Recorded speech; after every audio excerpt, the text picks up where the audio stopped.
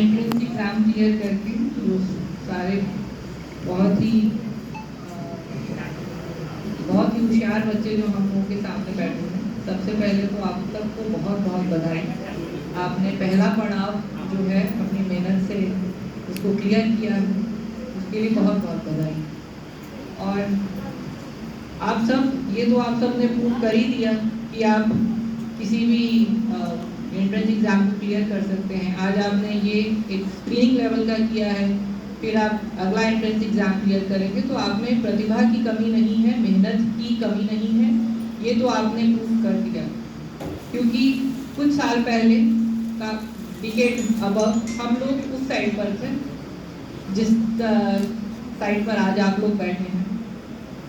मैं अपने कुछ एक्सपीरियंस आप लोगों से शेयर करूंगी कि हो सकता है कि अब मेरे एक्सपीरियंस से आप लोगों को कोई लाभ मिले।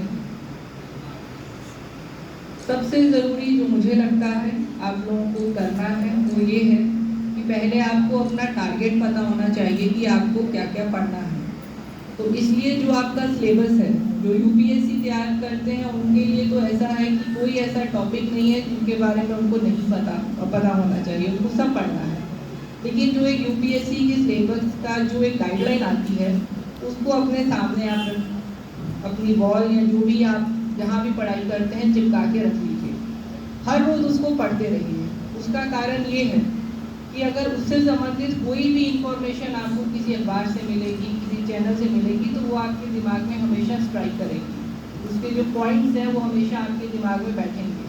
जैसे आप बार बार वो वर्ड पढ़ेंगे, ग्लोबलाइजेशन है, तो आप हर उस सिलेबस का वो वर्ड पढ़ेंगे, तो जो भी आप पढ़ाई कर रहे हो तो 1 साल है आपके पास पढ़ने के लिए, बहुत लंबा अरसा है।